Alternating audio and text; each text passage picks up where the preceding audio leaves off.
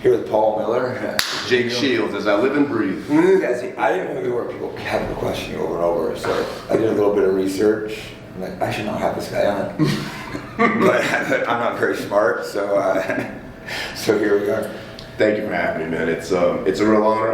I loved watching you fight when you used to fight. I love what you've been doing. You know, I've been a fan of you and Nate and Nick for years. So to meet you like this and to in this setting is, I mean, it's a real honor. It's funny, a guy brought your name up, asked if I knew you. I just won't bring any names in because you're not. That's fine.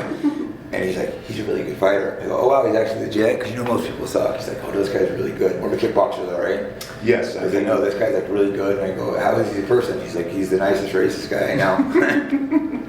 Yes, he's a good dude, you know, and he actually, we won't like not mention any names, but he reached out to me because he's seen another interview where I couldn't train anywhere. Yeah. Like that was wow, that was nice of I didn't know that you connected with him. Yeah, so like that was the reason why he reached out. That was very nice of mine. It really was. It really was, and I was kind of blown away when I met him. And like, did you say he's a non-white even? Yeah, no, it's fine. I mean, look, he's an Arab, and he reached out, and he was like, I was heartbroken to hear what you said. Now, I didn't know he was when I was going there. I had no idea. The white guy. I just thought he was a white dude. So like when I got there, and I was like, what the fuck? And then I was like, I thought I didn't know what was going to happen. They might jump you or something. Yeah, that's what I thought. But then he was just like, no, like your story really like got to me, and I wanted to help you. And that was the first time that someone who wasn't white had done something nice for me, like since I've been doing this. Wow, that's amazing. I think I've had a lot of experiences. That's why I think there's race differences. There's 100% problems, and we'll get into that. But being in the fight world, obviously me being a high-ranked, high-status guy, I have lots of non-white people who do things for me. That's why I have a hard time with some of the hardcore racist takes. That's a perfect example. You know, Mike's my friend, a non-white guy. That's amazing. I didn't know he invited you, and he just said you trained with him. Yeah, man. He said you were really good too. Well, you know, I tried my best to keep myself sharp. I've been training Muay Thai now for it's been 14 years. I fought for 8. You know, I was a WK national championship. Hell yeah, brother! I didn't know you were. And I'll show you the pictures like that. But see, he said you were good. Look, I mean, if I say it's like Bruce Lee. If I tell you I'm good, you think I'm boasting. If I say I'm no good, you'll think I'm lying. It's so tricky. Sometimes I'm a little too humble. Don't beat the fuck out of everyone. Oh yeah, dude. I mean, for the most part, I mean, normal people have no idea. Man. No chance. They're just. They have this misconception of like, oh, people, well, they're just doing it in the ring and there's rules. I'm like, no. If you meet a normal person who has no training, compared to people like us who've been training for years, they're dead. It's over. When we were first getting in, I used to get a lot of street fights. Thinking street fights are a pro fight. You had someone that just bam down. Yeah, they're dead. Oh my god, they can't take a shot. You learn to roll with punches, take them. I think part of it is you get tougher, but part of it we're rolling with them and stuff. That's you roll. We're not even realizing we're doing it. You have to be comfortable in that chaos of fighting, you know, and be okay with getting hit because you're gonna get hit. There's no way to avoid it. Yeah. You know, the slickest boxers, the slickest fighters in the world got hit, but we have accumulated the mental toughness to be able to persevere it and to keep fighting, and but we love it. You know what I mean? We love it, but it does make you a better man. Everyone. Absolutely. Something I find hilarious when people talk shit, like in my comments, I'll put a picture of me getting punched. I had a 20-year professional career. Yeah, I got punched in the fucking face. Oh, you got me, you fucking dork. People do the same thing to me. Like I'll post something from like my old fights or like something that like highlights of what I did. And then I'll have someone post like a little clip of me like throwing a fucking kick at someone as hard as I can, and I slipped and fell. It's like, dude, you're in a ring. Shit happens. You get punched in the face. But they don't get it, man. Yeah, they don't get it. Oh, but that's cool. You're like a legit. Oh no, man. I would like to consider myself very much so legit. And I missed it, man. Like when I couldn't fight anymore. It's hard not fighting. You know, dude. What happened with my story is like I know you wanted to ask. So. Yes, I really wanted to hear your origin story. Origin story of the Joker. I put your tea on too to start to get the shit mask on fucking slob. I think I'm about as close as you can get to him, and Joker for me, he's the real me now. I know that sounds weird, but everything that's happened to me, it just made sense.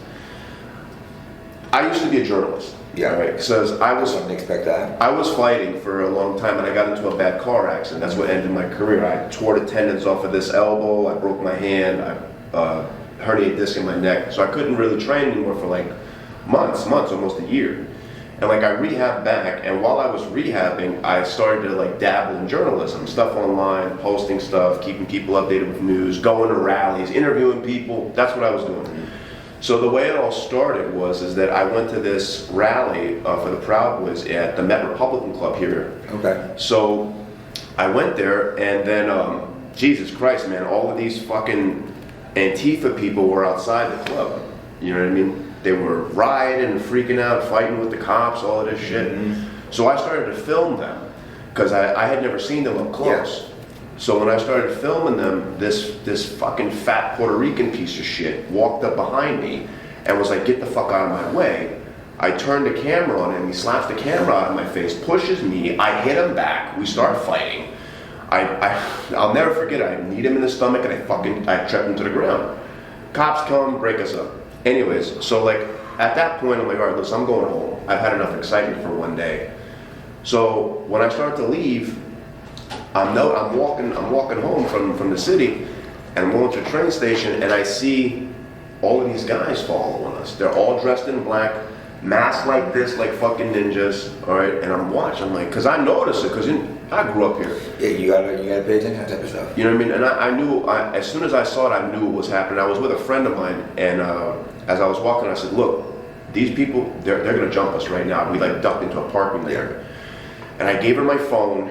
And I was like, "Look," and I had my backpack on with my wallet and shit inside, and I had kept my backpack on, which was stupid. I gave her my phone, I said, "Look, they're gonna come for us like right now, and I'm gonna make a hole for you, and I want you to run." So as soon as we came out of the parking lot, Jake, they surround us. Mm-hmm. And it's all... The weakest people, half of them are women. You know, dude, and these very people with this is so funny. It's what radicalized me as well. But anyway, finish your story. Every single, there was no white people that were jumping me. Every single one of them was blacker and browner than the next. Really, the Antifa and where I'm from, a lot of them are white. Where's that? San Francisco. Because it's California. But here is different. Interesting. Here is different. There's some, but the ones that were there to try to kill me were not. These are the very people that radicalized me, fighting these people, and the cops not helping me. And them punching women. Oh, dude, they don't give a fuck, dude. They're communists. I mean, they are some of the disgusting. They are some of the most worthless individuals you will ever run across. I mean, but anyways, so I started fighting with them. I made a hole. The woman ran away who was with me. Thank God she came back and got the cops. But while I was fighting with them, I had dropped my bag with my wallet and my shit inside. So fast forward, Antifa goes forward because they had my wallet. They knew who I was. Oh, they had your address. They had my address. They had everything. They doxed me on an Antifa page on Twitter at the time with over 250,000 people on it. So when you get doxed like that, on that big of a page, it is life-changing. You know, they'll come and try to destroy your house, slash your tires. Dude, they are nasty, disgusting people. They went off. You know what I mean? They'll attack your girlfriend. Death threats every day. Mm-hmm. You know, harassing the gym that I worked at, that I was a trainee at and worked at. Harassing my family, calls in the middle of the night. It's so disgusting, harassing people's family. It was outrageous. All right, so that's how it started. Now, I'm still not radical then. I'm still just like, look, this is crazy, and it was really overwhelming. And I'll try to sum up the story for you.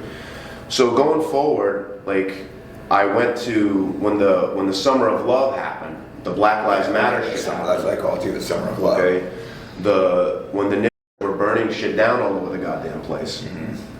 So I went to the riots. I went to 4 riots, 2 in the city and 2 in Philadelphia, and I seen the complete devastation that they did. Yeah, I went to some of Portland. It's insane, and the cops stood down. It's absolutely insane. The cops stood down and allowed this. They even said, "Oh, it doesn't spread COVID." After those had to stay in my fucking home. Right.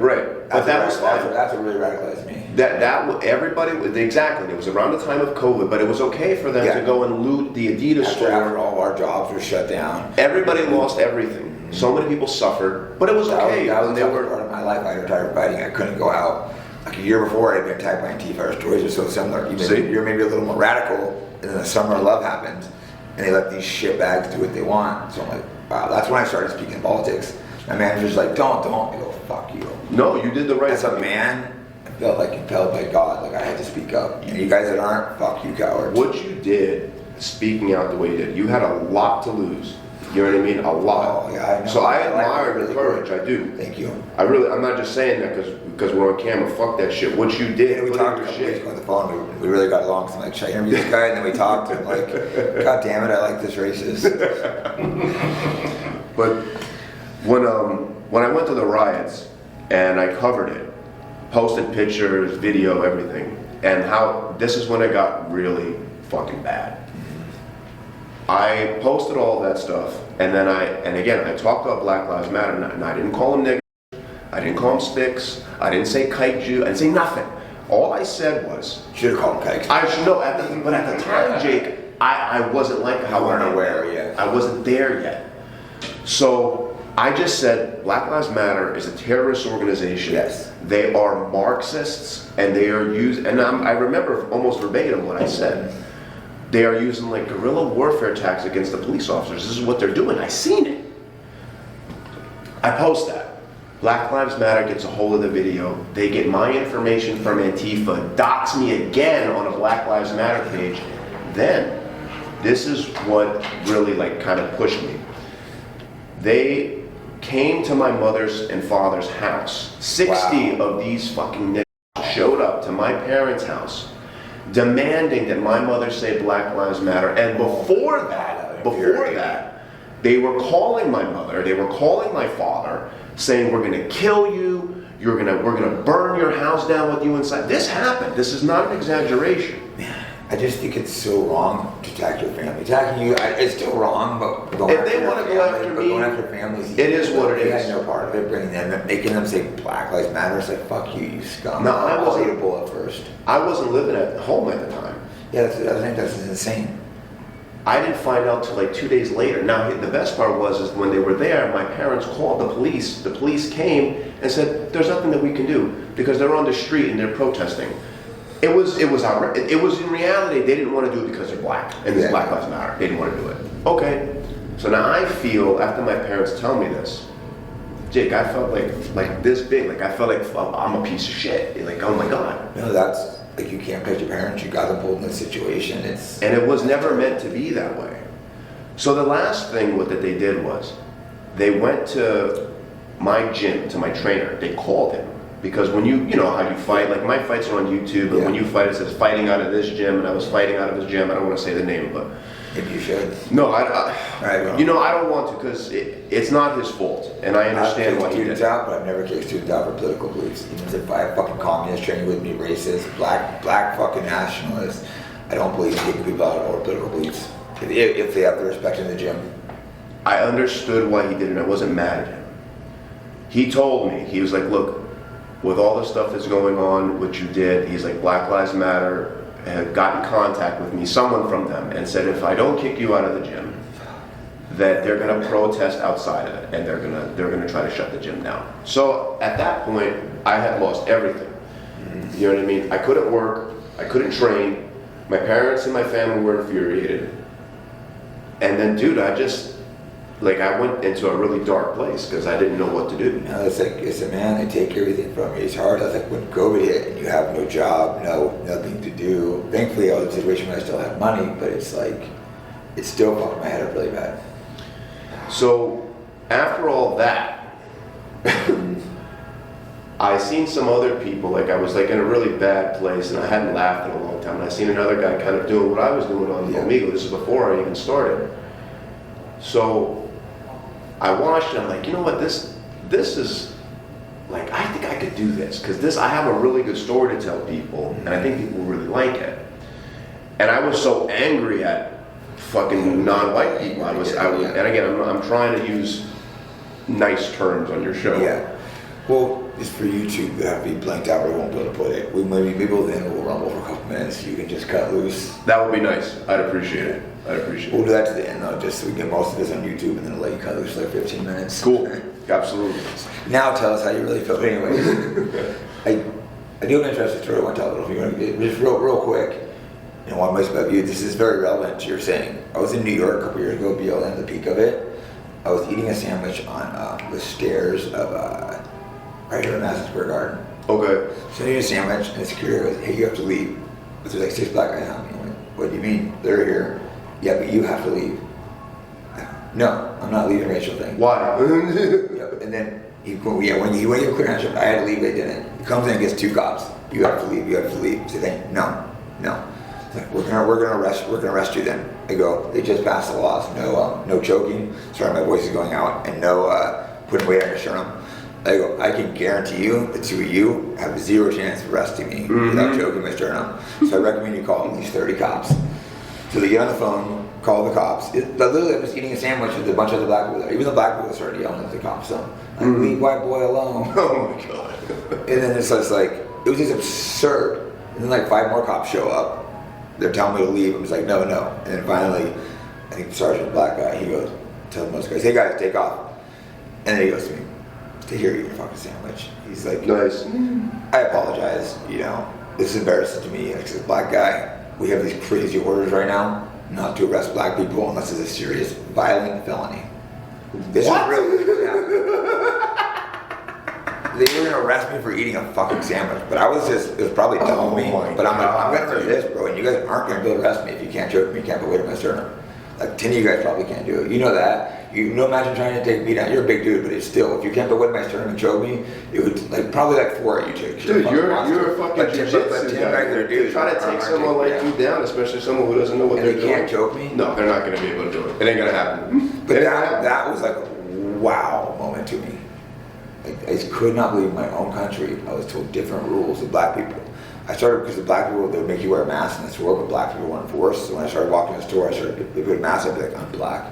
But I guess it's a story I never told, and I thought of a thing, so I wanted to go, let's get back to your story. So then after all that stuff happened, and like the Joker movie had just came out. Yeah. And I went and I watched it, and I just kind of, like his story and my story kind of paralleled each other. So I really felt like a sense of connection with him. It just made sense. Like he was a man that's like society kind of just turned on and didn't really give a shit about. Yeah. And that's how I felt. And a lot of people who were in the movement loved the movie for that same reason. Yeah. So that's when the Joker was born.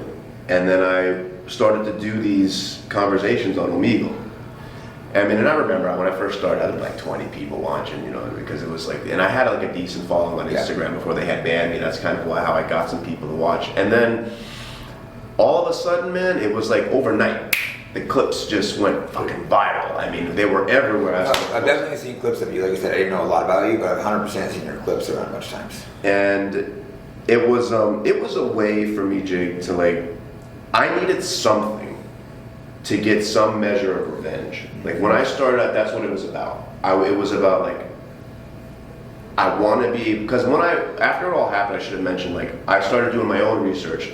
What is Antifa? Where did it start? Who started it? And then I realized that it's a Jewish organization, yes. And they've been around since the 1930s. You know what I mean? Yeah. They've always been there. Out of the National Socialist Party. Right. And then I realized the people who were funding it, like a George Soros, again, Jewish. All the organizers are Jewish.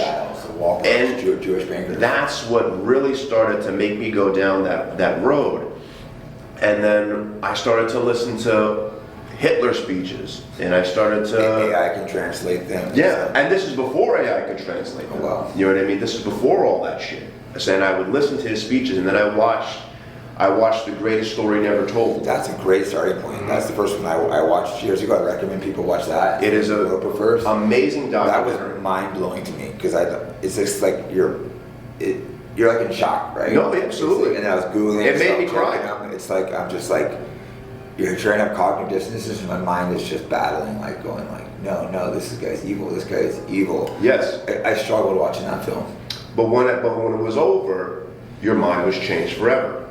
Yeah, it took me it was like half changed. Like, I can't be sure. I was trying to deny it and trying to bury it, but I couldn't. You can't. I tried putting it away. I didn't want to talk about it. I'm like, this is wrong. I watched it trying to prove my friend wrong, as he said, and then I was just I fact checked everything, and I just tried saying it's not true, but my mind knew. Hey guys, I would like to announce my brand new free speech sponsor, AntelopeHillPublishing.com. They specialize in foreign and hard to get books. They range from books like Lord Miles, who was kidnapped by the Taliban, to original speeches by Adolf Hitler. If you want to support me and the podcast and free speech, go to AntelopeHillPublishing.com and don't forget to use the promo code FIGHTBACK. Hey guys, if you're opposed to genocide and support free speech, go to fightbackpodcast.com and buy yourself some cool shirts. We're in a weird situation right now where we weren't allowed to go into to the podcast studios because of him. So we were in a business center. We just walked out here. I don't like my hotel room. I look a little gay. I'm not sitting on a bed filming with another man. So even though I do jiu-jitsu, which also looks fucking faggotry. Hey, it's all right. You know what I mean? But we're gonna make this work. I'm used to being banned from places. Yeah. At this point in my life, and I've kind of made peace with it. It's wild because with Joel Davis had the same thing happen in Australia. He kept getting kicked out of studios. Poor Joel, man. I like Joel. He's a good dude. Him and Tom, they've done some really amazing work down there in Australia. I seen the march that they just did. They arrested Tom again. I'm not sure. All I know is that they were doing the march, and then some lunatic ran up to Tom and ran up to the march and started fighting with them, and Tom kicked his ass. Like, what is he supposed to do? And then the cops came and they locked him up, and it was just ridiculous. It sucks for the guys. It's funny, I keep meeting these racists and keep being such nice guys when I actually hear their story. I'm not supposed to talk. That's why I don't want to talk to these guys, because you hear the story and you start understanding, it's a little more complicated than it's these evil people. Like, they're the ones that really woke me up to, like, how a couple of these guys, how all the white countries have been flooded. Right. Like, I have a lot of minority friends, so I don't have quite the same position as you guys do. But our countries have all been flooded. I don't want there to be no non-white countries. Exactly. Do you want to live in a place that is completely, like, your culture has been wiped from it, and you feel dangerous, your children feel dangerous, your woman feels dangerous walking down the street?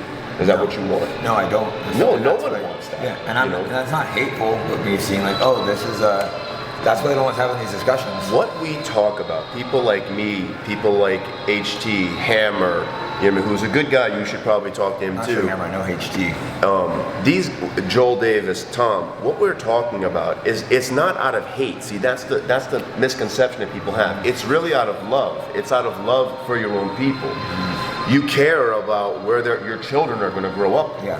So we see these other people who are coming in as a threat to that which you love. It's like George Lincoln Rockwell. You know who he is? Yep. Recently I found out who he was.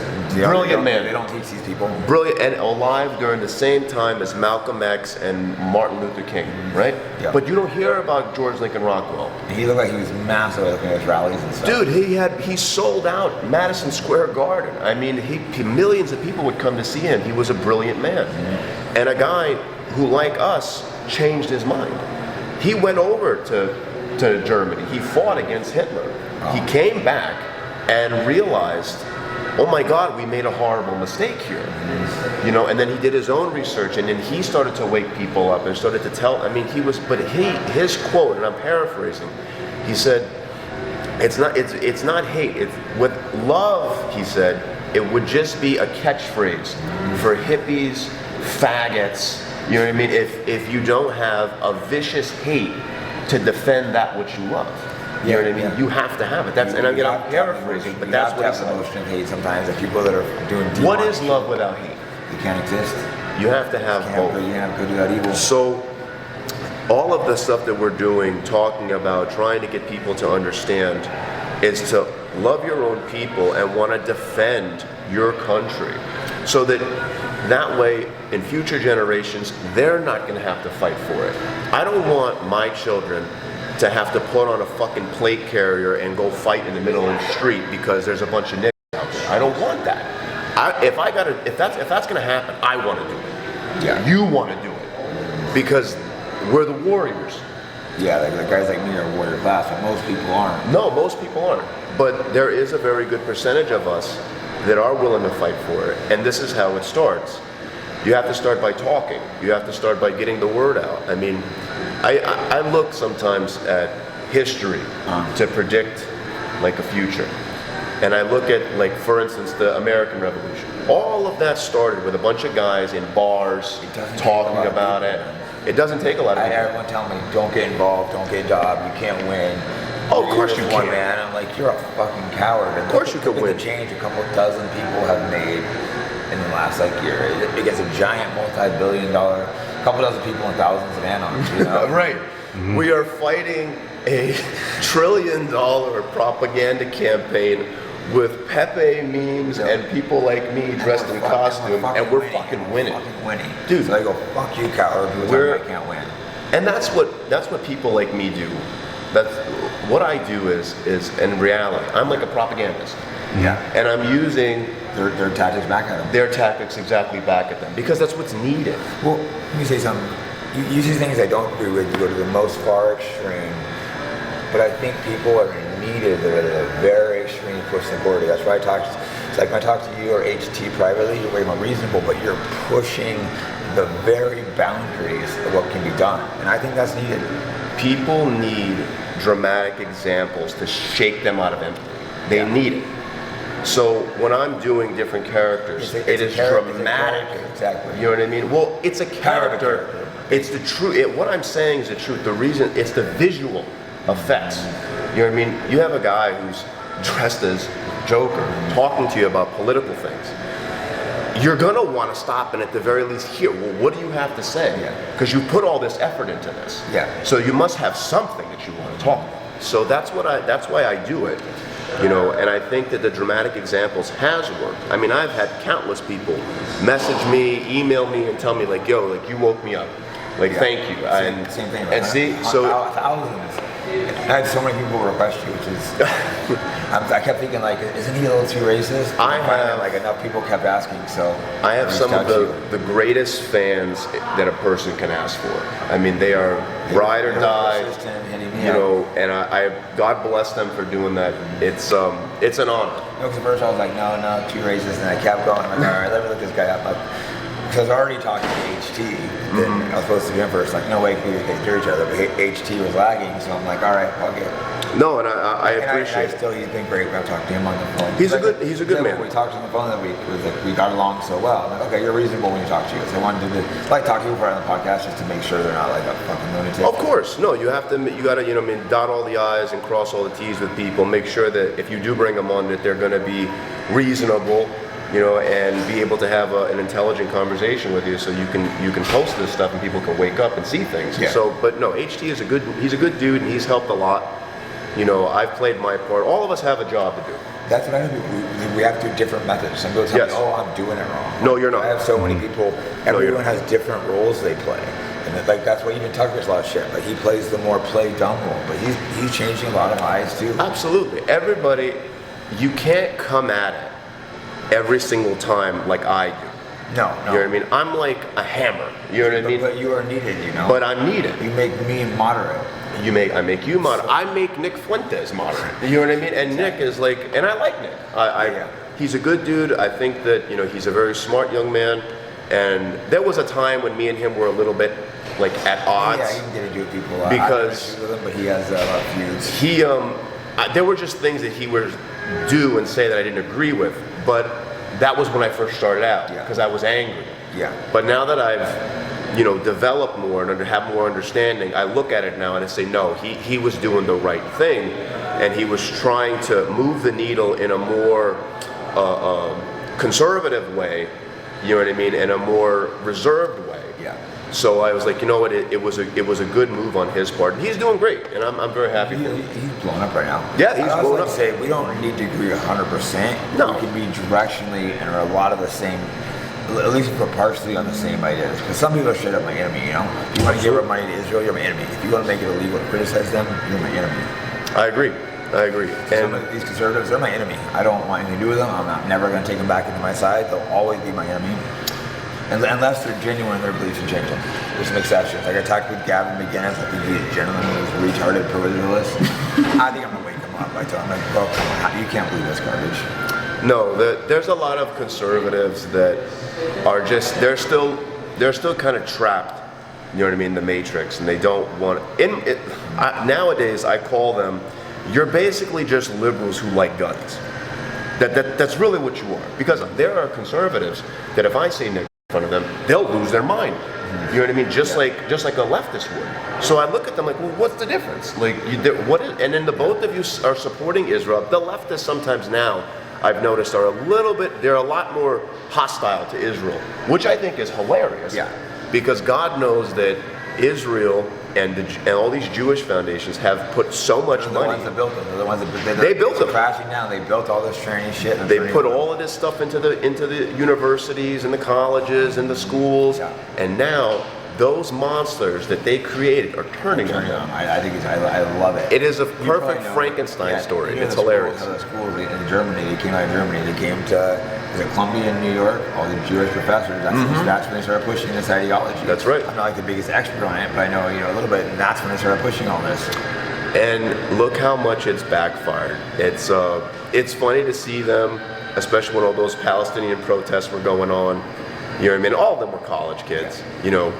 And but the other thing that made me laugh, and I think it woke a lot of people up too, was the fact that when those protests were going on, the cops came out, riot gear, beat the shit out of everybody, arrested everybody.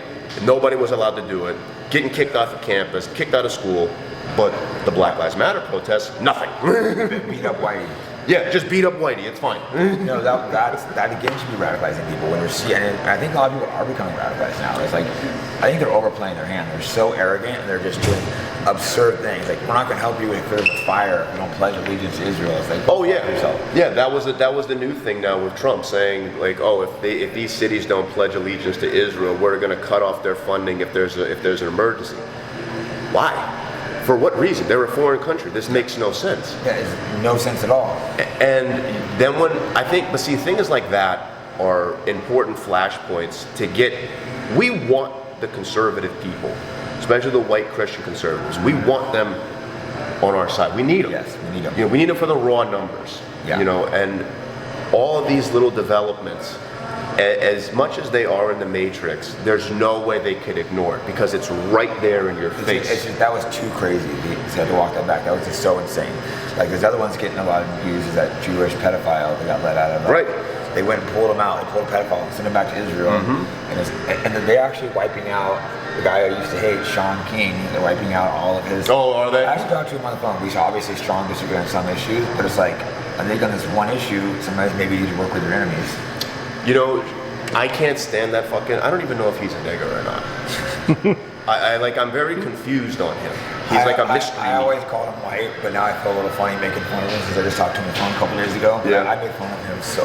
Oh, he's a fucking piece of shit. I made fun of that guy so much. He's garbage. He's like, yeah, it hurt a little bit seeing some of the things you tweeted because I was a fan of yours and fighting. Oh my god. Oh man. But yeah, we're living in a very interesting time, man. Like, when I started out, like, doing the show the way I do it, I would say things and people would just be completely horrified. Completely taken back. They couldn't penetrate their mind that somebody would be this radical and be this way. Now, we're all over. Like, we have taken over platforms completely. TikTok, X, we're all on Instagram. All this stuff goes viral, millions and millions of likes, and I would have never thought that it would have gotten this way, especially like when I went to prison and I didn't know what was going on, and even that, like, I wanted to tell you about that too. Quick prison, I just want to add, I did not laugh really, really, really hard watching your clips yet. I hadn't watched my videos. I love it. While we were driving, I love it. I was like, oh my God, what is going on here? This is just, like, this is ridiculous. Comedy is one of the best ways, I think, to reach people, and that's why I use it. Because you were funny. You were funny. I tried, man. I had watched a lot of your stuff. Like, I should watch it. Like, oh my God, this is. I've noticed extreme, but it's funny. I've noticed, Jake, that when I was able to make people laugh, and they didn't agree with me, but I made them laugh. Yeah. And that little bit of light made them ask themselves, okay, what is he talking about? And then some of them would go do their own research, and then they would realize that I was right. Like, and it changed their minds. The greatest story never told is a great story. Oh my God, yes. That really was just that threw me for a loop. That documentary, at the end of it, I cried. I'll never forget it. And I'd never been ashamed to be American in my entire life. But after watching that, I felt ashamed. I was like, Jesus Christ, we killed these people. Yeah. For nothing. And then we let the Russians go into Germany. They raped women. Those Jewish pieces of shit raped women until they went insane. 8-year-olds are raping, like gang raping 8-year-olds. It's just disgusting. Killing them left and right. The poor Germans, they wanted to surrender to us. But instead, they had to surrender to the Bolsheviks. And then they just slaughtered them. The Americans were abusing in the beginning too. I can't remember the name of the guy, but it was a Jewish guy, the original plan. He spent like a year or so starving them, killing them, and then it got unpopular and they switched over. I mean, that's why guys like Patton said we fought on the wrong side. Yes, we did. We should have fought along Hitler. Yes, we did. And all of that really changed my mind. And then I watched Last Battle of Europa, and I could only watch, I think I got like 3 hours into it before I wanted to take my remote control and throw it to the TV, because it made me so angry. Yeah. Because I felt like an idiot. You know what I mean? I felt like, how did I not see this? How did I not It's so I obvious. feel like such a retard too. Like I saw pieces of it, but like it's blaring in front of our face. But because of the media control, the censorship, Yes. the victimhood, then you see, look who runs Hollywood, who runs the record labels, the media, everything. They control all information. They're gonna come after us. They've already got you, right? You're not very many platforms. Where can people find you now? People could find me now on Telegram. I'm still on X, thank God. Oh. Which is like a fucking miracle I'm at that. shocked. TikTok I'm actually still on, which is funny. You know what I mean? But what I do is like, banned on TikTok. I play it very, very subtle on both. You know what I mean? Yeah. Like before, when I was on X, I would post all my clips from the show. Now I don't do that anymore. I just post like one. It's a very You mild have to use clip. some intelligence. It's not being a pussy. No, It's you like- gotta keep the it's like platform. using. Methylene blue has been used for over 100 years for medical purposes and recently surged back into popularity. It has been shown to help repair brain tissue and improve memory, cognitive function, energy, and mood. Research suggests that methylene blue could have neuroprotective effects, possibly aiding in conditions like Alzheimer's, Parkinson's, and depression. Go to MerakiMedicinal.com and use the promo code FIGHTBACK for a discount. We were just talking off camera, the differences of, I really think the greatest story never told is a much better starting point than your I agree 100%, because the greatest story never told is a little bit more emotional. You know what I mean? And it makes you feel the pain of the German people in a different way. Europa is good for like factual information. Yeah. It is emotional too, because it makes you angry. Yeah. But they give you so much, you know what I mean, that it's hard to It can process. seem a little unbelievable and less emotion, like you said. So I'm not knocking the film, it just was insane to me, and I felt like I couldn't even talk about it for years. You're watching this, and it's just the back of your head just like spinning, playing. spinning. It's just like, but now when people can talk about it when they watch it, the amount of people that like, I don't even really talk about Hitler. People come to me all the time and want to talk about Hitler with me, and sometimes like non-white people, it's just like, I had a friend visiting me, it's like a black guy comes up, let me buy you a drink, I love Hitler, and then two other people come up, people say, what's going on? I'm like, oh yeah, it's normal. You ever notice that when History Channel used to talk about like World War II and they would play Hitler speeches, if you look at those programs, they never had subtitles. You ever notice that? Oh, yep, there's a reason for that. They never had subtitles, and they would always play, because German is a very harsh language in some ways, so they would play these clips of him talking, and he just sounded like he's a madman. You know what I mean? Especially if you're an American. Like screaming. Yeah, screaming and shit. He looks like a crazy person. Like that's what they wanted you to think. But now that we have AI and you have these translations and you understand, I mean, he was brilliant. I mean, he was such an amazing man. I wish we had him now. I always felt a fascination with him, but I would just bury it. Like, I don't be fascinated with this guy, don't be fascinated with this guy. Right. But I always just felt something, now you can see it. You could see, because it's like when you look at some of these things, Hitler, World War II, it's like a splinter in your mind. You know what I mean? And it's driving you crazy. Because there's something you have wrong. to hate it, but you see hundreds of thousands of people that go about crying, trying to touch him. You don't see that FDR. You don't see that for any president. You don't see that for Trump. You don't see that for Obama. You see never this will. fanaticism, and you just feel this energy, and you're just like, wow, this is like. And that's you what it feel is. the energy of his speech. I always felt that energy, but like he's evil, but it would just always bother me. There's something wrong in the world. You don't know what it is, but you know it's there. I felt it was off forever, but I just didn't want to think about it. And then when you listen to some of the things that Hitler would talk about, like a light bulb will go off, especially now that you can really understand what he was saying. And then you look at the parallels of now with the Jewish influence in our country and how they have just completely wrecked it. You know, nothing, this is not the America that I grew up in, not the America you grew up in. It's not. It's completely degenerate. Trannies, homosexual, shit pushed everywhere. We never saw that shit when I was a kid. I didn't see it. I mean, even here when I was living in the city, I mean, you would see it once in a while, like some fucking weirdo tranny, but not like They it is would now. like sneak in the clubs in the middle of the night, like they'd be sneaking the gay clubs. The other times for a while, there's like a place end up, so the weird cross-dresser, they'd be trying to sneak in all embarrassed, as they should be. As they should. You should be fucking embarrassed if you're going to a fucking gay club.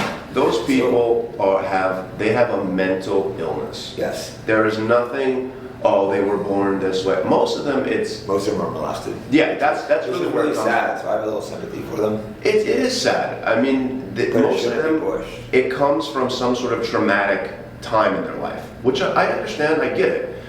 But there's no reason, like you said, for them to shove it down children, you know what I mean, and forcing it in schools. But all of that, again, goes back to what the Jews believe, and they were doing the same exact thing in Germany.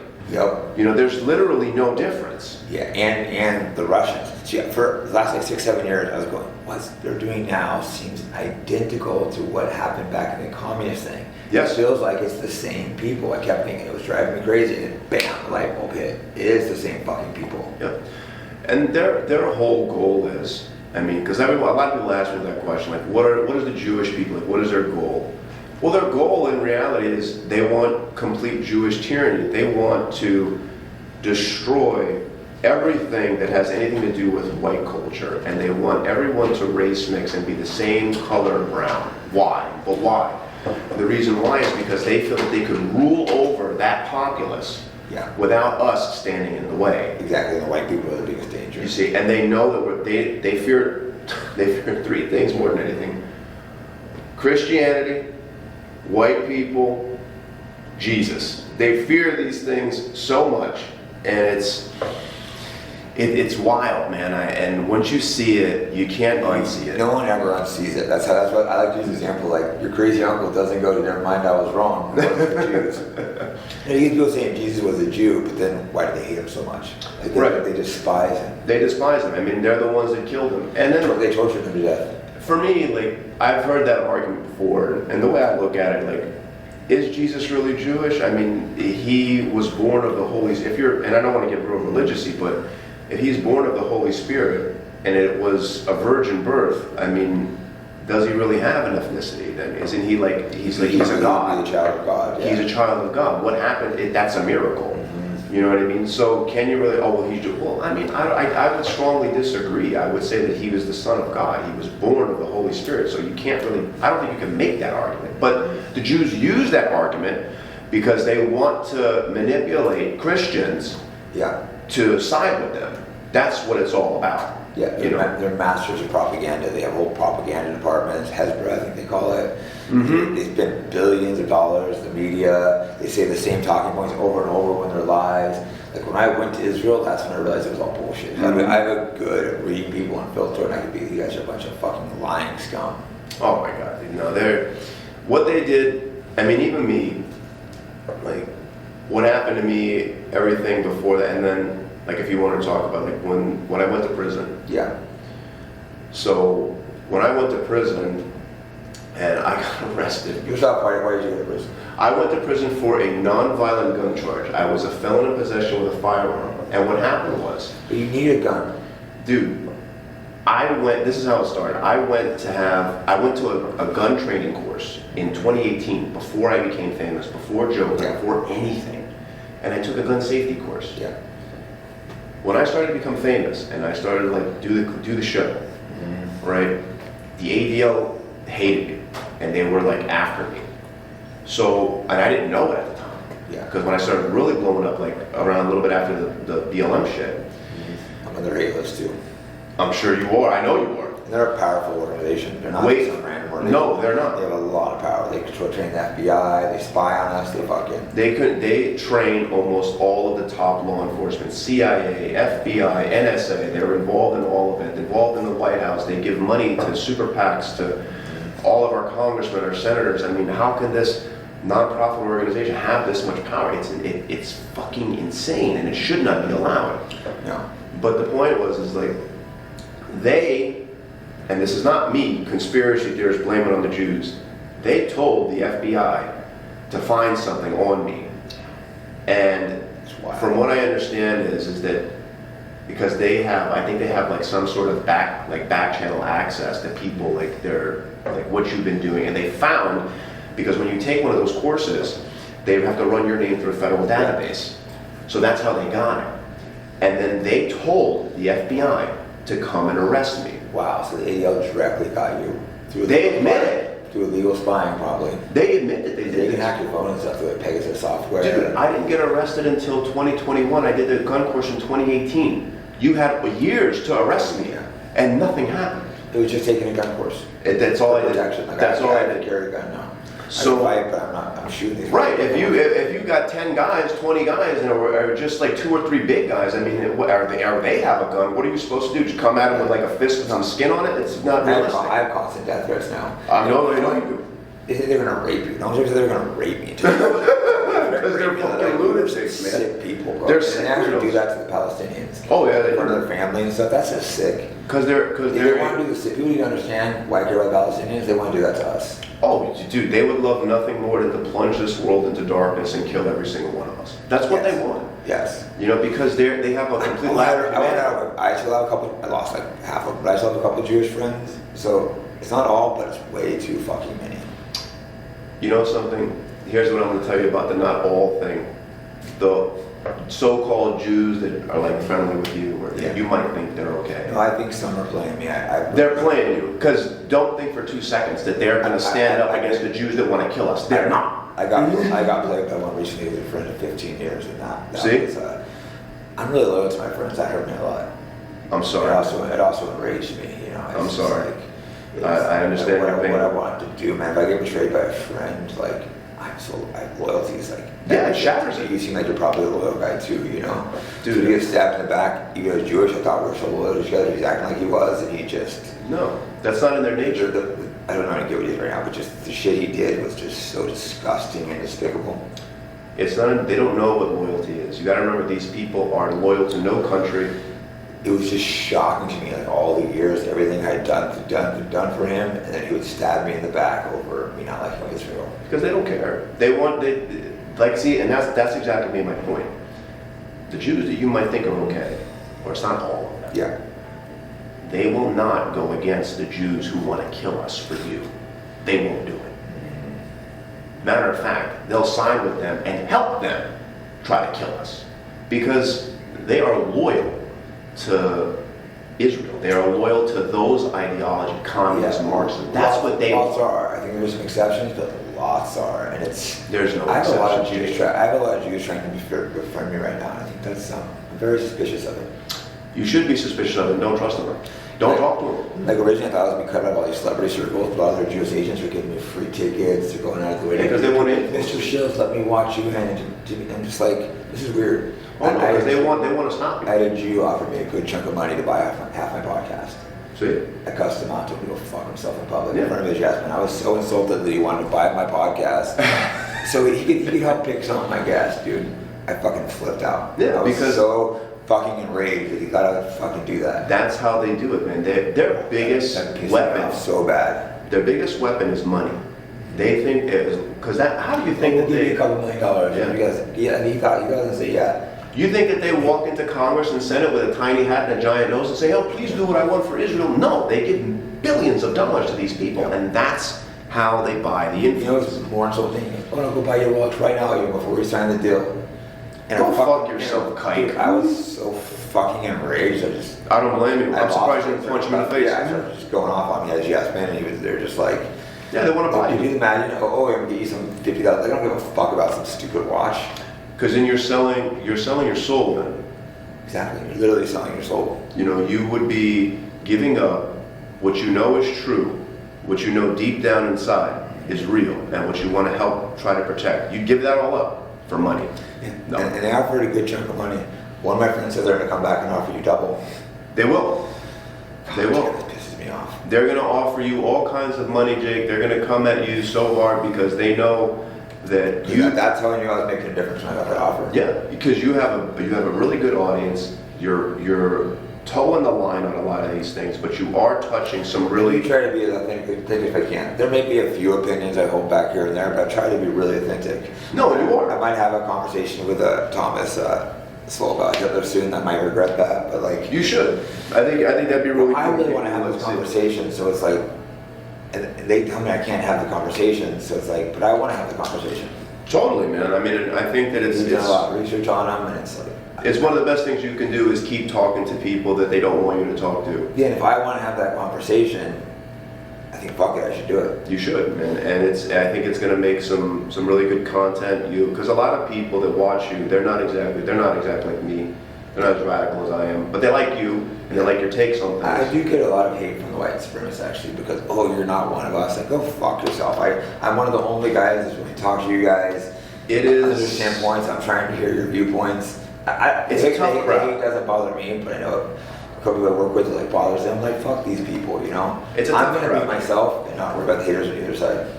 Don't worry about They it. purity spiral. Yeah, they do, and a lot of it comes from jealousy. I mean, That's true. I have a platform. if you have a platform, you have a voice, they wish they can do it, they can't, for whatever reason, they're too, I don't want to say they're too cowardice, but I'll say that they don't want to really stick your neck out there, because in order to do this, I'm risking a lot. You're risking people a lot. don't understand like how much I'm risking, you know, and I'm not gonna get anything about family because I keep that stuff private, but like no, everyone's risking a lot who does it. So if everyone's risking getting fired, so anyone who's speaking out with a real name is risking a lot. and That's why not easy. I don't attack anyone on my side unless they Neither do I. disrespect me. Neither do I. I don't speak ill about anybody, and even if they say something about me, I let it go, because I say to myself, this is not my fight. My fight is not with you. Yeah, we might have petty differences. Maybe you don't like me. Yeah, we might have some issue. Yeah, I might not like you, but if we're pushing the same thing, that's why I tell people. Like I talk to Candace and fucking Nick, see if they don't like you. You don't like each other. Could you guys just stop fighting? No. No, they don't. I had no luck with that. No, but I tried. Some people like we are an acquired taste, but look, we don't want to fight with people who we 90% agree on. You know what I mean? Exactly. What's the point? If there's one major thing you agree on, we can fight over the other shit later. Absolutely. Even guys like Sean King will never be on the same side, No. but I could temporarily work with him on this one issue. It's all about, like, you understand this as a fighter, and this is the way my mentality I brought into it too. You have your opponent, Yeah. and you're focused on him. You learn his tells. You learn the way he likes to move, the combos he likes to do. Like, you learn these things. You watch video. So our main enemy for me is the Jews and the niggers. These are our enemies. Those are your two. Those are the two. Well, those are the two. Those are the two primary you don't like. No, those are the two. The other ones, look, there's a bunch of other people who are horrible too, like the Muslims, like the Pajit Indians, like these fucking people, the Mexicans. You could argue all of those people. Yes, they are bad. But the main two that I would say that cause the biggest issues are the Jews and the blacks. You know what I mean? And because they work together in tandem, they've been doing it since the civil rights Jews movement. manipulated the blacks. Oh yeah, It's their culture shit. But I'm in a similar situation where I have a couple really good black friends through fighting, and a lot of them are angry against the Jews right now because they realize their culture. I'm not saying it's just culture, but that is a big part of it. And look, I know that like you have a position that you want to see if you can turn them on the Jews. I know you have this position, and I admire it. But I'm telling you, it's not going to work. It'll never work because you can't. They turned the blacks and whites against each other. That's like how they battled. I mean, They've turned. Let's see, but that's what I'm saying. The way that they did it when they turned blacks on whites is because the blacks are very easy to manipulate. See, white people. Why not manipulate them back? Because you can't. It's been too many years of them buying into the propaganda. You have to understand, black people can't tell the difference between a Jewish person and a white person. They think they're both the same, which is idiotic. And I've talked to a lot of fucking black people, and I've asked them just geographical locations, like where is Israel? They have no idea. Yeah. So why am I going to waste my time trying to help you along on. Yeah. When you are a complete moron, I mean, their fucking average IQ is less than 70. I'm wasting my time. I might as well, I would serve myself better trying to radicalize white liberals than I would trying to radicalize a nigger. It makes no sense.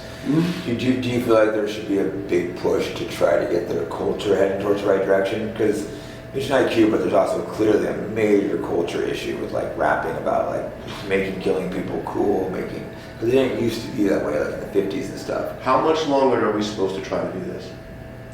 We have been trying to do this, domesticate them for what? 200 years? Maybe more? And how's it been going, Jake? Has it been going good? I'm not trying to avoid these questions. Do you like it when you walk in Chicago and you go on the south side of Chicago and there's 50 niggas going each other away every weekend? You like it? I don't like it. I don't like going to Oakland when I'm Oh no, how come? See? Like, and it's like, that's the way I, like, how much longer do I need to try to baby these people? And coddle them? And make excuses for them? For what? They're useless. I have some good black friends, so I have to be careful with my wording, but... That's fine. Listen, have the black friends. Sure, have them. Do whatever you want with them. There is a problem among the community. I'm not. Come on. I'm 100%. And it doesn't matter about... You're a fucking liar if you don't admit there's a problem. And it doesn't matter how much money they have. All of that shit's irrelevant. It's crazy that like rich blacks are more violent than poor whites. Oh, sure they are. People don't believe me when I tell them that. No, it's true. It's true. Some of the richest black neighborhoods are more violent than any white person living in a trailer, like a trailer park place. It's not even a comparison. You know, and you can't sit there and try to fix it. You can't try to reason with them, because the only thing you're gonna get is shit, nigga, fuck you, cracker. You know what I say? I'm gonna kill you. That's all you're gonna get. So I don't have any patience for these monkeys anymore. It's over. I can respect that position, and I really don't like the fact that say you can't say nigger, but we can. It's like, fuck off. You can't tell me I can't say a word. Now, if I'm around a black guy and he doesn't use the word, I won't use it. If he uses it, I will. Me personally, I try to avoid them wherever I can. I don't want to be around them. I don't want to live near them. I don't want to be in the same circles They don't want to live with them. among themselves. Right. Why? Exactly. See, very good. What is the first thing that some of these blacks do when they get some money? What do? They move to the white neighborhood. They move far away from the hood, and they never want to go back. They never invest. I mean, you got maybe some what do you mean, diamond teeth and a Rolex? Yeah, and 20-inch rims on a Cadillac. You almost bought my podcast for a Rolex with diamonds on it. Please, dude. And like, look at someone like here. I'll give you two examples. LeBron James put a bunch of money into some school. Not one fucking kid can read. It's all black school. Not one of them can read. Another one, Akon. Millions of dollars to Africa to try to build Wakanda. How's that going? It's abandoned now. Everywhere that they go, it is nothing but chaos, death, and destruction. And they've been like this since before the time of Rome. And you think that we're going to do what? Help them? Anyways, there's a couple more subjects I want to discuss. I know you had a seminar. Yes, I know you got to get to your seminar. You make some good points. I'm trying to. Listen. You were gonna ask. I told you. I'm gonna be real. 100%. I want you to be real. You said some very interesting things. Look. I wish it could Say be. however you feel. I want your feelings. I do. There are some times that I wish it could be that way. But I just know deep down. Which is why I'm asking different questions and change the subjects. No, it's all right. It's all right. Yeah, we don't have that much time. Okay, I think there's two things really important I want to talk about. Sure. I knew a little bit about you, but when I think it was when I reached out to you. I was in the airport. Yes. Some Jewish guy came and confronted me. I saw it. That was awesome. I went off on him. I had friends. He deserved it. To take it down. I was being anti-Jewish. No, he needed it. And then I saw a video of that. I think it was literally a couple days after. Yeah, it was. It was like a week after. It was such similar situations where these punks coming in front, confront us. I think that's when I hit you up. Yeah, it was. I go, all right, this is meant to hit this guy up then. Yeah, it was, man. That was your thing was really funny. Thank you. And that shit was fucking based, bro. I tried to take it down. I thought he was gonna take a swing or do, and I was like, just do it. I'm like, do it. So fucking Jacob beat the living shit out of you, fucking kike. Looking back, I think I said a lot of stuff good. Like, oh, wish I would have said this. Wish I would have said that. No, you handled it perfect. You handled it really well. I mean, I think that you handled it like a gentleman for the most part and did what you had to do, and you stood on business. You know, and that's what matters. Shit. Nah, man, fuck those people. Yeah. They need to be put in their place. They're in shock because they're used to going to go Holocaust or anti-Semitic. Yeah. And people going, It's like, nah, bro, we're done with this shit. Get the fuck out of my country. Everyone's had enough. Get the fuck out of my country, you dirty fucking. So the kike or not. Yeah, I really did enjoy watching that. It was cool. Yeah, I was just to walk by like a fucking. He thought he was gonna get a little film on his camera, and he's like weaseling by. Mm-hmm. What happened with your situation? All right, so I work for a casino. They're really good guys, man. They're all white, like they kind of like they built this thing to go against the casino business that is controlled by like. I saw you guys at the casino sponsor. Yeah, they're really nice guys. They're called CS:GO Empire. CS:GO Empire, and they have a new platform called Duel. I got to plug a little, but they plug away, bro. You should. But they really good guys. And what happened was they told me to go to this event for a Counter-Strike because that's like part of their platform that they work with. So I went there, I did the event, and then I was coming back home. I'm in Austin Airport, and dude, I'm just walking through the airport, like, and there were other people who recognized me. They were super cool. And you're a very recognizable guy. So I'm told. Like, oh, that's him. So I'm told. You don't look around being like. And dude, it started at TSA. Like, I went to TSA. The little monkey walks up to me and is like, "Oh, hey," he was like, "You're Gypsycrusader." And I looked up. I see he's in there. I'm like, "Hey man, like what's going on?" I go, he turns around, Jake. He goes through first. Turns around and says, "You won't say it in person, you fucking cracker." Just like he called you a cracker? Yeah. He started it. I didn't say anything. That's a racial slur too. So as soon as he said that, right in front of TSA, I'm like, "Fuck you, nigger." He goes off. He loses his shit, starts chipping out in the TSA line. Bad chipping out, right? Just ooga booga, you're cooked, I'm gonna get you, cracker, all that, whatever, right? You don't have a gun on you now, bitch. He don't got nothing. So he goes through TSA, and when he gets through, he's waiting for me on the other side. The cops walk up to him because he's losing his shit. The cops I didn't tell him to do it. The cops tell him, "Listen, you gotta move along." So the cops came back to me, and I'm like, "Listen, I'm just letting you guys know, if that fucking guy touches me, we're gonna have an issue." Yeah. All right. Like, I'm not gonna let him hit me. Cops, they're like, "Look, you're a big guy. You could handle yourself. You'll be fine." I was like, I'm like, "I know I'll be fine. I'm just telling you." Go to jail, yeah. I'm just telling you. So I get past all that, and I go to the bathroom. I come out of the bathroom, Jake. He's standing there. He must have seen me walk in. Mm-hmm. Now he could have followed me into the bathroom. Yeah, then we could fight. That's what they do. They don't want to actually fight. But he didn't. He waits for me to come outside. I see him with the camera, and that's when you see the whole interaction, you know. And he's like, "Oh, call me." I'm like, "You're a fucking nigga." That was hilarious. You are.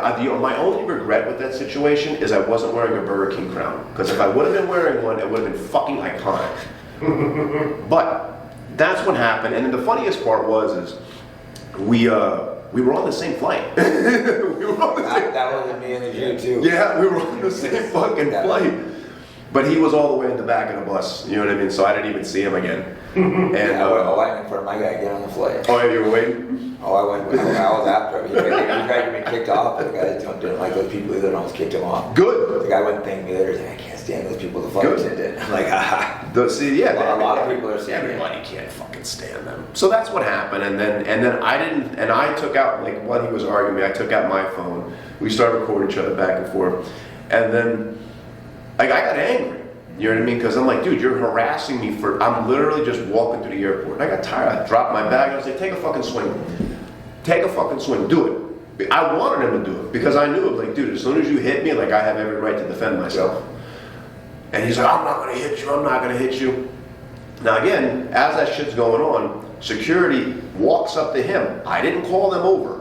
They're just walking and seeing he's screaming in the airport. You know what I mean? "Look at what he said. Oh, he called me a nigger." He's saying this. And he called you a cracker. Right, but that's okay. Yeah, no problem with that. I'm not saying they don't stand it. That's what I can't stand. So he goes, the security guards tell him to shut up. We all get on the plane. I get off the plane. I go to fuck home.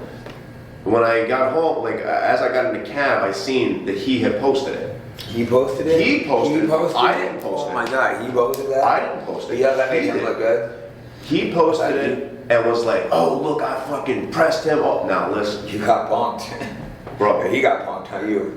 I love the people on X because everybody fucking just bombarded his shit. Dude, fucked him up so in the comments, just trashed him. They were all inward. It was every comment. I saw every the comments of that, like, oh so my god. the last that I heard is that he deleted his X account and then he wanted to kill himself afterwards. Go ahead. I hope he did. Because that would be like pin a star on me for that. I would love that. Jew did that. Yeah. I guess he's like a poker player. Oh, is it? They did a purse. People would found him for me because you're in there, they could find Oh, dude, they're fast, bro. They find everybody quick. You know what I mean? It's no. As soon as you got someone's face, it ain't hard these days. But one of the gamblers there and play, but a lot of Jews, he'll play with them. He'll be talking shit to him as he's playing him. And these others like in shock because they're not used to people just fucking talking shit to him. So that's what happened, and yeah, man, and then it just kind of really blew up. And it was so funny. It was really funny. That's when I'm like, all right, people keep recommending this guy to me. I gotta reach out. Look, no matter what people say about me, I believe in what I say. I stand by it 100%. You know, this is going to be a big interview, and I appreciate you having me on. And everything that I say on the show, everything I say here, like I believe in this stuff. Yeah.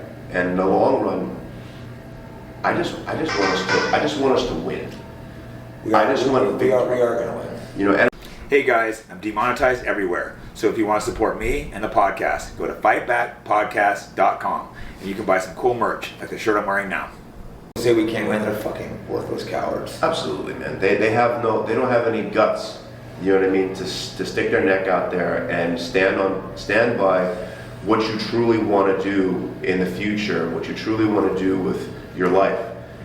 And if you're going to sacrifice, make it be worth something. And I think that what we're doing is 100% worth it. It's the best thing we can do with our lives. And everyone, I'm sure, saying that let someone else do it, let someone else do it. Who? No one else was fucking doing Who? If not us, who's going to do it? Someone had to lead the shit, and we were like fucking leading it early. And it's like now you can see people getting more brave, more encouraged. And that's like, what we're supposed to do. We're supposed to encourage we're people. men. That's our fucking job. Yes. We're all gonna die. Yeah. Are you that scared of dying? You coward? We're all gonna die, and if you're gonna die, make your life worth a damn. Yeah. And that's what you're doing. That's what other people like us are doing. And I think that we're very privileged in a way. Yes, it's dark. Yes, it's bad. There's a lot of ugliness out there. We see it. We're trying our best to fight against It's it. evil. I saw real evil. But God gave us this task, and He felt that we're the ones in this time who might be best suited to fight against it. Yeah. So that's our job, and we're going to keep doing it. Yeah, I felt like God made me do it. I didn't want to He do did. it. I kept saying, don't do it, but I just felt it compelling, like I had to. God has a plan for all I of tried us. to stop myself. I'm not going to tweet more about it. And I just wanted to allow myself to. It's just like I feel like I couldn't even control it. No, God has a I feel like I plan for all had of to us. step up. And you did, man. You really I did. do a lot of stuff behind the scenes too that I don't talk about, trying to find ways to get people to network together, working together. Because we have a big, powerful enemy. Yes, we do. Yes, we do. But I do think that if all of us can just put little differences aside and really We work don't do together. everything. There's some things like I'm not working with a fucking tranny, you know. No. I'm not working with someone that fucks kids. I'm not working with certain things, but Within reason, you can work together. within reason. Exactly. There's some things that's like no, but for the most part, there'd be someone that I'm pretty big difference on. But if I agree with this, at least I can work with them. Absolutely. Yeah, no, but because that's part. I've been away too many fights sparring. I've been really trying to get in less fights. I mean, after I got in couple massive problems in Thailand, I'm like, you know, I'm too old. I'm gonna start trying to avoid fights. Trying. That's the key. No, it's the best thing to do, man. You got to save your body. You know, we ain't as young as springtime no We want to more. put me in person too. Imagine if I fought a black guy. Let's say we're insulting each other. I say the N-word. Oh, it's a hate crime. Right. But Yeah. I'm just trying to piss him off, and I want to say things that piss him off. It's not like a hate crime. I'm not fighting him because he's black. He called me a cracker. I call him back. So how's that a hate crime? But that's how the laws work. Yeah, that's how the laws are written now. That if like Insane. if you punch somebody, if you just punch them, it's an assault. But if you punch them and say "nigger," now it's a hate crime. How does this make sense? Imagine if he just called me like a cracker or something. I wonder if they would charge him with a hate crime. Probably not. No, they wouldn't. They definitely wouldn't. Probably not. See, and that is why the hate crime thing is a fucking hypocrisy. But again, what it really, and again, as I'll roll it into like, they want to lock everybody up, you know, the same way they did to me. And when I was 100% want to jail. I did 3 years in federal prison, That sucks. and it was the most traumatic experience of my life.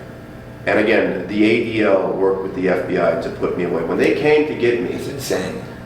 listen to this is not an exaggeration.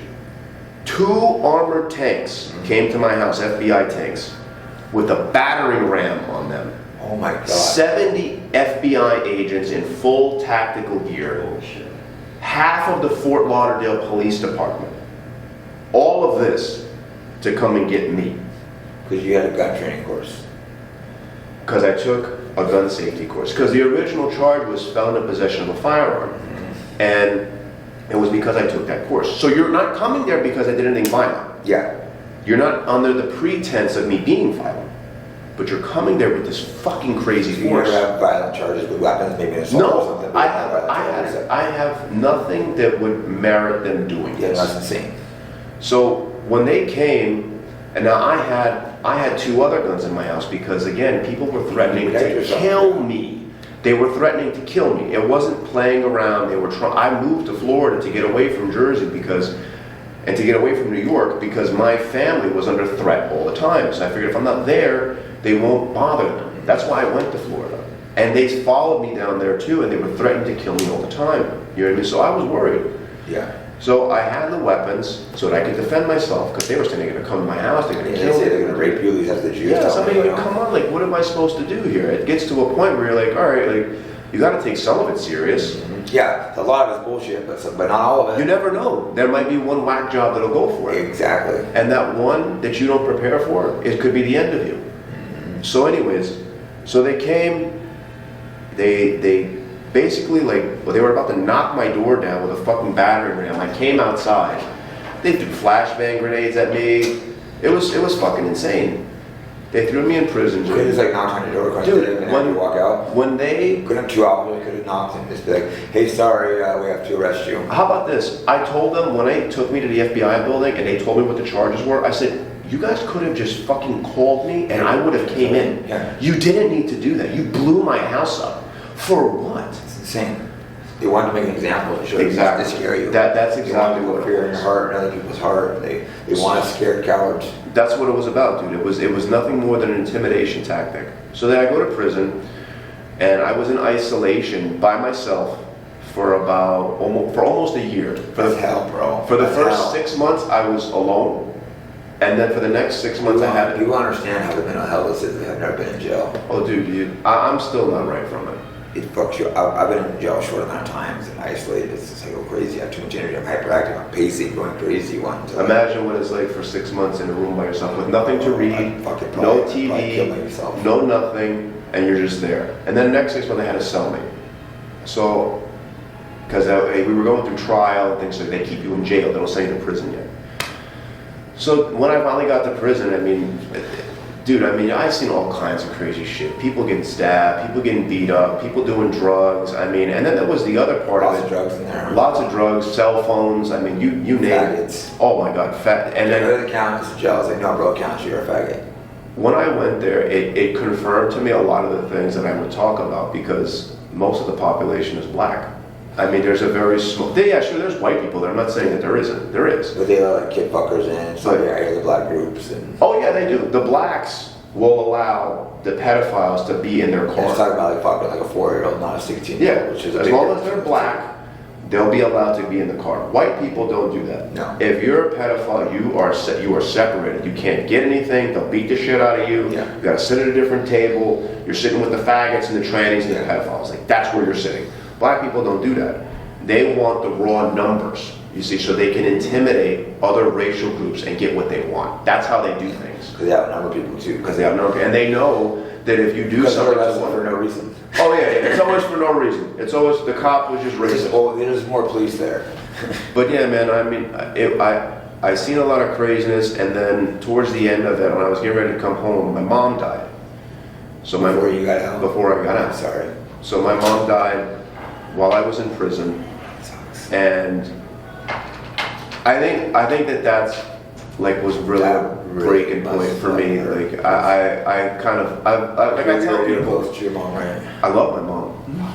Sucks. She was my biggest fan. She came to all my fights. You know, she paid for my training when I was younger. God, I mean, sucks. the thing that kind of drives me sometimes now is like these Jewish pieces of shit. You took that away from me. You took it to your mom before she died from you. You know, I never got to say goodbye to her. I never got to tell her how much I loved her. I never got to say she anything. sick in the hospital. You couldn't go She visit was her? sick in the hospital. When I take you to visit her. She had brain cancer, and then towards the end, she couldn't talk. My dad tells me, he's like, she was holding on. She wanted you to come out. Hoping for you to She come wanted you to home. come out and say goodbye. And she passed like 3 months before I was getting ready to get home. I'm sorry.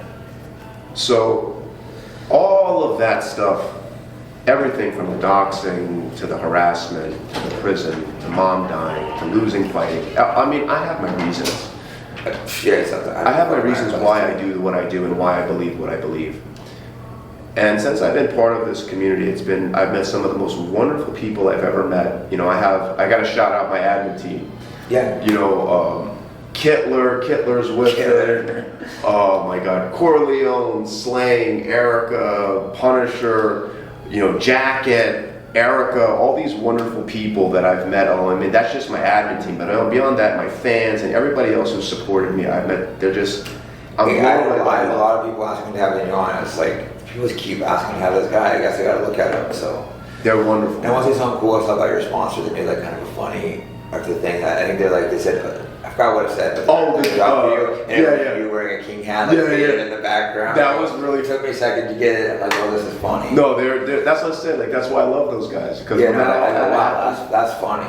Dude, like, not many companies would do that. No. Like, well, the people are based. No, they're fucking based, dude. The Duel and CSGO, they stood by me with all of that shit. And then when they hired me, and they were just like, and I told them, I was like, listen, I'm not changing nothing. They were like, no, we don't want you to change anything. We like it. Keep doing it. They were like, we just want you to help us. So I was like, dude, I'll be more than happy to. So they take care of me, and you know, between that and the show, I'm able to make a decent living, and I'm okay I'm now. glad you're able to make money. We went to the seminar. Last question: did you have a lot of racial problems in prison, or not really? You don't look like I don't fuck with that much, probably. No, I mean, I had no racial People problems. don't really want to come up and step and fight you. Like when I've never in prison, been in jail. No one fucked with me. They fucked with some of the white guys there because I was in like pretty much all Mexican jail. Mm-hmm. But they were cool to me. They could just tell you your test. I think. When I was there, I hung out with the white car, and you know, when you get there, you show your paperwork. They see that you're cool.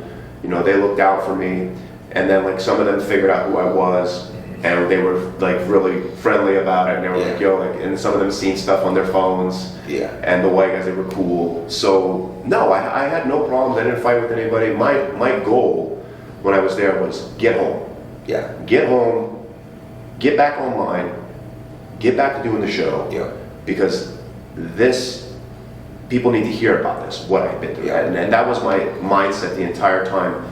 The only time that it broke a little was when I was in isolation and then when my mom died. That would have been devastating. Those two times was like I was very close to just like Losing my giving dad, up. I was so close to him. I'm sorry. I lost him like a week before a fight. And Oh my then God, I I'm sorry. I lost the fight. Like as I was walking out the fight, I was in a good mental space, and then they put videos of me and my dad showing how Oh, close we for were. fuck's I almost- sake. It was so fucked up. I wish they would have told me, bro. So Yeah, they should have told you. I almost had like a breakdown just about to fight, and it's just like he just died. We were like so close. I love my dad so much. I'm so sorry, In my man. youth when we weren't close, because it's like, he even ran over. I didn't understand like how much pain he was in. He'd suffered, but then we reconnected. We became so close. He was managed me. I realized that my father didn't abandon me. That he was He loved that it. he was hurt really bad, so that he couldn't be there for me, and that hurt him. You know, imagine not being able to provide for his family. So he was embarrassed because he had such a bad injury, and he was able to make a lot of money managing me. So he was happy again. We were just the closest people ever. That's beautiful. Fucking UFC show him fucking up there, so walking out to a fight. Let's go. For fuck's sake. God damn it. You would think they'd be smarter than that. They wanted the story, but they could have told me or something. Absolutely. They had me wait in the back. They could have asked you, hey, is this If okay? you might losing your mom, just the closest to my dad, when that happened, you know. Oh my God, you know, they should have asked you. We're just told me to keep in the back room because we're going to show like a bunch of big montages with you and your dad, you know. Because you were married, you idiots. type in the fight really helped train me, so it was a part of the story, but like have me in the back room, so I'm not seeing this. Well, fuck, man, unfortunately, we got to wrap. Anything you want to add? Shit, We're man. about to go hang out with some big celebrities. Yeah, I mean- I probably shouldn't say the names, or we might film some video. No, so I don't you know. go, listen, again, this has been a real I'm not sure honor. we're going to show, so we won't say the names. And so. if you guys want to check me out, you got to watch the show, you can come over to goyimtv.com and whitepill.com. If you guys ever, can follow me on X, it's Joker Waffen Friend. You can follow me there. All the Telegram channels and everything there is linked. And Jake, it's just been a real honor. Thanks, man. I keep finding races keep being so nice. That's why I went Brown friend that brought you in. He's like, he's such a nice racist. But that was cool though. That he didn't tell me that he brought you out. Yes, he did. I have to thank him for that. I mean, because that was the first time I had trained over here. A few brown people. Hey, every once in a while you can run into a decent one, I suppose. But I mean, I still don't want him around. I still don't want him around. Hey guys, Jake Shields here. As you know, a lot of my guests are extremely controversial. So if you want to support free speech and my podcast, go to fightbackpodcast.com.